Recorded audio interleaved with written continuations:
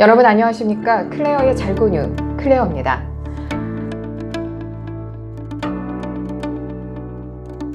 디즈니가 드디어 11월 12일 미국 전역에 디즈니 플러스, 그 말 많고 유명한 디즈니 제국에서 내놓은 넷플릭스의 대항마 디즈니 플러스 서비스를 시작했습니다. 넷플릭스와의 2파전 전쟁에서 과연 누가 승자가 될지, 전 세계에 1억 3천만의 구독자를 거느린 넷플릭스, 그 아성을 과연 미디어 제국인 디즈니가 무너뜨릴 수 있을지, 과연 우리의 일상에는 어떤 변화가 있을지, 한국에는 디즈니 플러스가 잘 상륙할 수 있을 것인가에 대한 생각, 오늘 클레어와 함께 하시겠습니다. 네, 여러분, 디즈니 플러스를 지금 현재 미국에서 스탠다드 그냥 기본 요금을 내신다고 하면 6.99불, 약 우리나라 돈으로 8,000원이고요. 넷플릭스는 잘 아시다시피 8.99불, 약 10,000원 정도 됩니다. 과연 디즈니와 넷플릭스, 어느 회사의 킬러 콘텐츠가 살아남을 것인지에 대한 궁금증 여러분들 다 갖고 계시죠? 제가 지난 7월부터 알라딘을 보고 난 후에 디즈니가 제대로 칼을 갈았구나. 그동안 인수합병의 승자로 승승장구했지만 앞으로는 더 어떤 행보를 가지게 될지 되게 궁금했는데요. 그래서 디즈니의 영업 전략, 디즈니가 이렇게 전 세계를 아우르는 제국을 만들 수 있었던 영업 전략이 과연 무엇일까 하고 4개월 동안 야금야금 정보를 모았습니다. 그래서 오늘 영상에서는 과연 디즈니 제국의 끝은 어디인가? 디즈니는 어떠한 전략과 칼을 들고 흔드는 것인지, 과연 우리는 거기에 어떤 일상을 또 맞닥뜨리게 될지, 거기에 대한 얘기를 좀 해보려고 합니다. 사실 여러분, 디즈니는 미키마우스로 시작을 했지만 디즈니 아저씨의 그 소박하고 순수한 꿈은 미키마우스로 끝나지 않았죠. 디즈니는 인수합병의 거의 대표 명사가 되었습니다. 그래서 실제 지금 디즈니의 현재 시총이, 주가 시총이 얼마인지 아십니까? 디즈니의 시총이 2,513억 달러 정도라고 하면 2,500달러 정도 되는데, 2,500억 달러면 우리나라 돈으로 270조입니다. 270조. 넷플릭스가 지금 1,600억 정도 되니까 174조 정도 된다고 하네요. 넷플릭스가 지금 현재 그 OTT 동영상 스트리밍 서비스의 최고 강자, 전 세계에서 넘볼 수 없는 강자로 지금 군림하고 있지만, 사실 시총으로 따지면 디즈니한테 이길 수가 없을 것 같죠. 자, 디즈니는 컨텐츠 곰탕의 원조입니다. 저작권 부자로 이미 너무 잘 알고 있는데, 제가 그래서 특별한 그림을 뽑았습니다. 자, 여러분 보이시나요? 이게 보시면 디즈니가 자그마치 1960년대 이미 이런 마케팅 전략을 세웠다고 합니다. 여기 가운데 보시면 Creative Talent of Studio, Theatrical Films 이렇게 돼 있는데, 여기서 이제 영화를 제작을 하면, 영화 필름을 제작을 하면 이게 음악, 특히 디즈니 음악이 유명하죠. 음악의 저작권으로도 나가고, 또 TV 시리즈로도 나가고, 여기 보시면 Merchandising Licensing, 이게 이제 디즈니와 관련된 상품들, 온갖 굿즈를 말하는 거죠. 그리고 Publication, Books and Comic Books, 그러니까 책이나 만화책, 잡지 등으로 이제 뻗쳐나간다는 건데요. 사실 이 소비재만 해도 여러분, 이게 무시할 게 못 되는 게, 작년 실적 자료에 따르면 작년에 디즈니가 자그마치 70조, 594억 달러의 매출을 했는데, 그 중에 4%만 해도 46억 5,100만 달러인데, 그 중에 5조 5천억이 바로 이 디즈니와 연관된 소비재에서 나오는 수입이라고 합니다. 정말 대단하죠. 하지만 디즈니가 이런 저작권 수입으로도 되게 유명하지만, 오늘날의 디즈니 제국을 만든 것에 가장 커다란, 그리고 가장 혁신적인, 가장 결정적인 사건은 바로 밥 아이그너가 CEO죠. 밥 아이그너가 2005년 CEO를 취임해서 인수합병을 과감하게 시도했는데, 그것에 정점을 찍은 게 바로 픽사 스튜디오였습니다.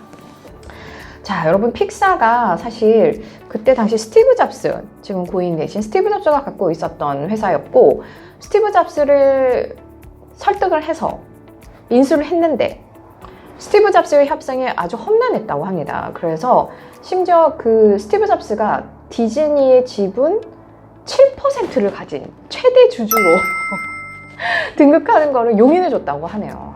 그렇게까지 밀어붙였죠. 근데 왜 이 이후에 이 디즈니가 승승장구하게 됐냐면 픽사가 그 뒤로 내놓은 게 토이스토리, 도리를 찾아서, 인사이드 아웃 같은 대작들이 빵빵빵 흥행을 하면서 디즈니의 막강한 자신감을 심어주게 됩니다. 우리는 난내났어. 인수합병은 난내났어. 이렇게 하면서 여러분, 그래서 지금 그 뒤로 디즈니가 인수한 회사가 어마어마하죠. 여러분, 이 2009년 MCU를 시작한 마블을 40억 달러에 인수를 했고요. 그리고 루카스 필름이 2012년 40억 달러 했고, 21세기 폭스사를 무려 713억 달러, 우리나라 돈으로 80조 3천억에 인수를 했습니다. 웬만한 그 작은 나라의 그 한 해 예산인 것 같은데, 아무튼 이 인수합병 역사는 올해 또 21세기 폭스사를 찍으면서 컨텐츠, 캐릭터 부자가 되셨죠. 자, 그래서 다들 많이들 궁금해하세요. 디즈니와 넷플릭스는 과연 누가 이길까? 근데 넷플릭스가 여러분 그 근성이 살아있습니다. 왜냐하면 이 넷플릭스의 CEO인 리드 헤스팅스라는 이 분도 굉장한 캐릭터예요. 이분이 그 기자들을 대하는 법부터가 굉장히 다르다고 합니다. 그러니까 무슨 말이냐면 이 사람이 단순한 그냥 기술적인 CEO가 아니라 사람들의 마음을 읽어내는, 그래서 지금 넷플릭스 같은 서비스가 성공할 수 있게끔 하는 결정적인 아이디어들을 많이 낸, 그러니까 감성은 굉장히 아날로그, 휴머니즘을 향하고 있지만 그것을 디지털로 풀어낸 데 또 탁월한 소환이 있는 사람이라고 합니다. 그래서 디즈니 플러스의 이 출두 소식을 들은 헤스팅스가 뭐라고 했냐면 You do your best job when you have great competitors. 그러니까 가장 좋은 퍼포먼스는 가장 어려운 상대를 만날 때 구현된다. 패기가 대단하죠. 이렇게 말했다고 합니다. 자, 여러분, 그러면 여러분은 디즈니가 갖고 있는 진짜 저력이 무엇이라고 생각하세요? 사실 디즈니는 지난 100년간, 정말 100년이라는 시간 동안 디즈니란 제국을 이룩해 왔는데 그 100년 동안 쌓인 라이브러리라는 게 있어요. 자, 아까 그 사진 또 나오고요.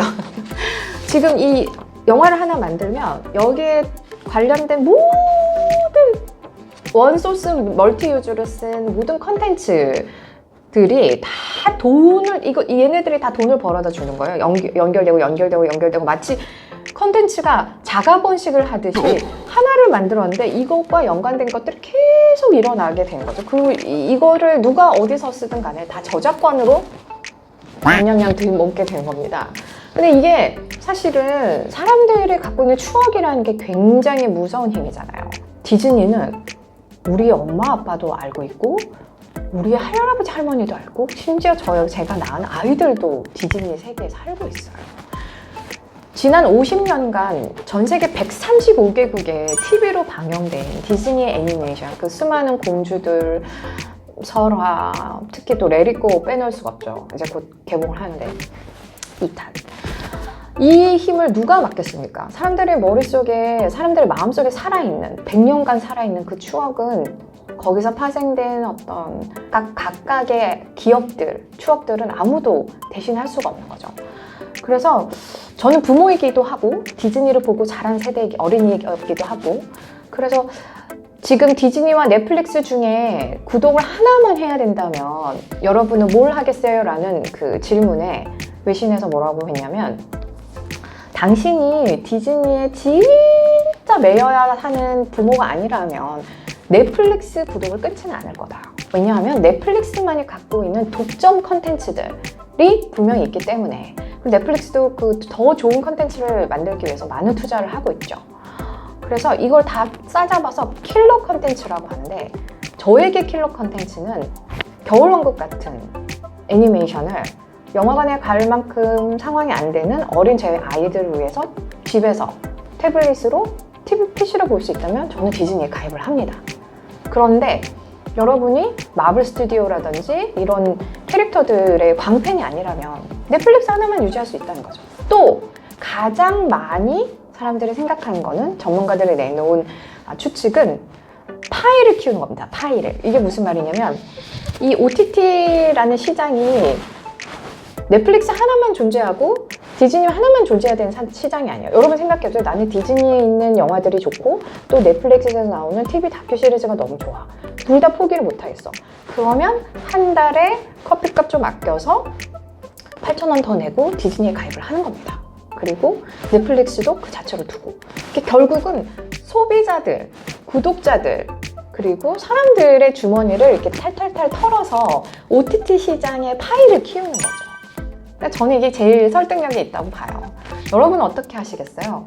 아, 나는 이런 거 2개, 3개씩 가입하는 거 싫어하는데 하나만 해야겠는데 그래도 구간이 명관이라고 넷플릭스 하지만 이 모든 걸 다 아우르는 킬러 콘텐츠 모든 사람들이 정말 껌뻑 죽을 만큼 안 보고는 사족을 못 쓰는 그런 콘텐츠가 있다면 그 콘텐츠를 가진 회사가 레이블이 살아남겠죠.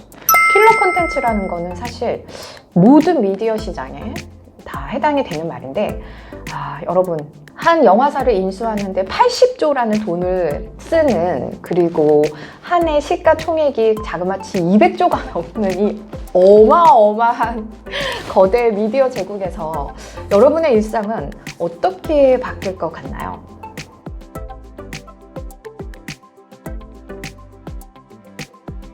네, 오늘 클레어의 잘고뉴 디즈니와 넷플릭스의 전쟁 누가 살아남을 것인가에 대한 저의 생각, 인사이트를 담아서 여러분들에게 전달해 드렸습니다.